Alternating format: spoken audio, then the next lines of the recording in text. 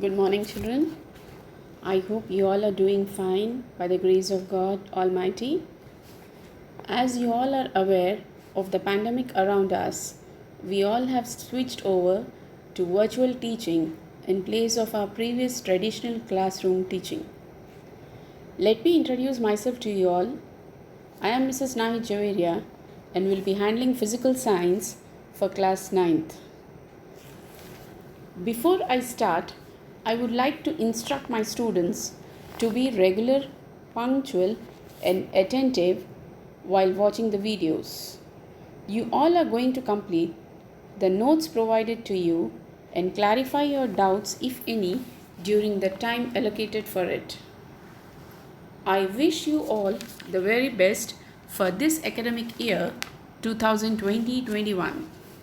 So, let's start with the first chapter, Matter Around Us. Look at the given slide. What do you observe? Mobile phones, ice crystals, balloon, gas-filled balloons, pineapple, diesel, car, a video game, an LPG cylinder, and a glass of water. All these things which you have seen are of different shapes and sizes, have different volumes, and of course occupy some space. So, anything that occupies space is matter. Let's define matter. What is matter? Anything that occupies space and has mass is known as matter. Matter is made up of very small particles known as atoms. As you all know, atoms can neither be created nor be destroyed. Matter exists in three different states, that is, solids, liquids, and gases. Do you all know?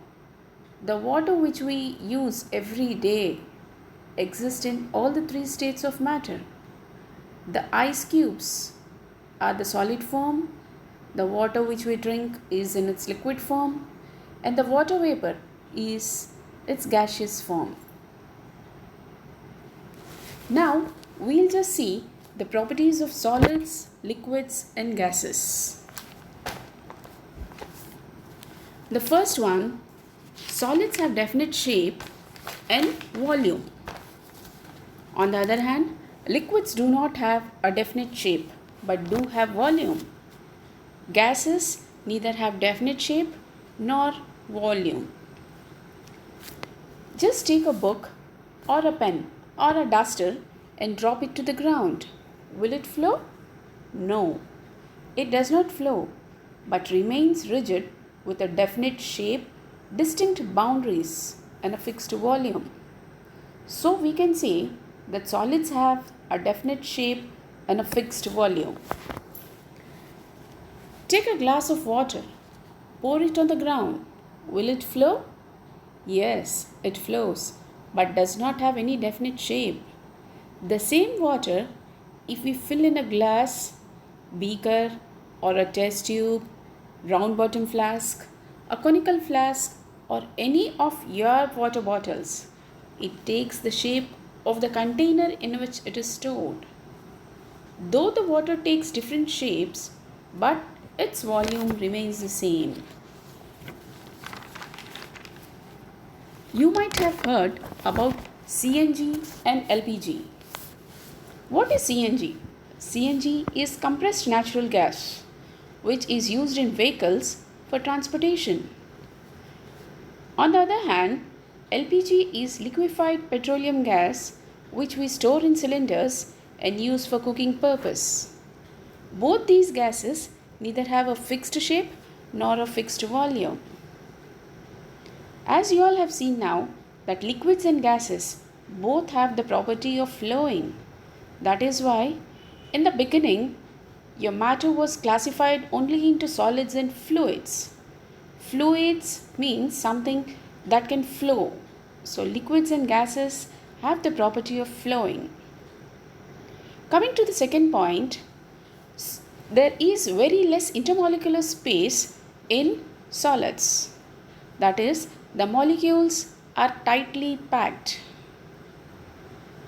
In liquids, the intermolecular spaces are more when compared to solids. That is, the molecules are loosely packed. When we come to the gases, the molecules are placed at very far distances to one another. That is, they have large intermolecular spaces between them.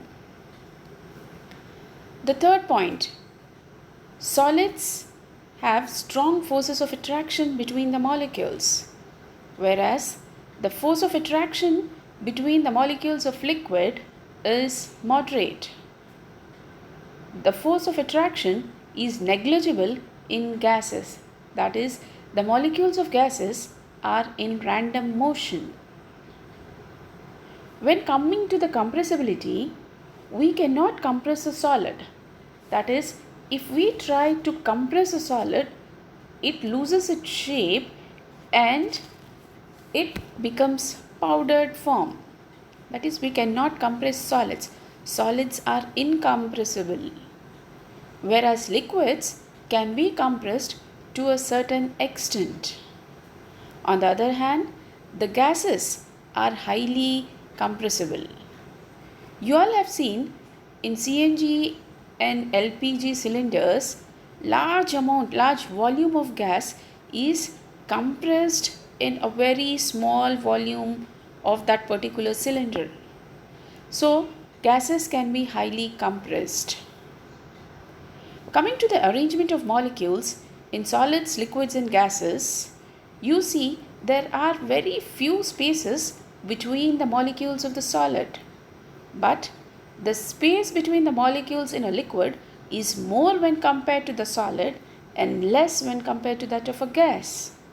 The gaseous molecules are placed at very large distances from one another.